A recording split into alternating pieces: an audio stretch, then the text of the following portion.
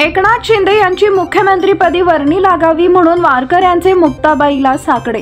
पुन्हा मुख्यमंत्री म्हणून एकनाथ शिंदे यांची मुख्यमंत्रीपदी वर्णी लागावी याकरता आज मुक्ताईनगर येथील आदिशक्ती मुक्ताबाईला वारकऱ्यांनी साकडं घातलंय। एकनाथ शिंदे यांची पुन्हा मुख्यमंत्रीपदी वर्णी लागावी यासाठी समस्त वारकरी समाजाच्या वतीनं मुक्ताईनगर कोथळी येथील आदिशक्ती मुक्ताईच्या मंदिरात विधीपूर्वक मुक्ताईची पूजा करून आरती करण्यात आली आणि पुन्हा मुख्यमंत्री म्हणून एकनाथ शिंदे यांची वर्णी लागावी यासाठी मुक्ताबाईला समस्त वारकरी समाजाच्या वतीनं साकडे घालण्यात आले। एकनाथ शिंदे मुख्यमंत्री व्हावे यासाठी आज मुक्ताईला साकडं घालण्यात आलं, काय सांगाल बाबा याबद्दल?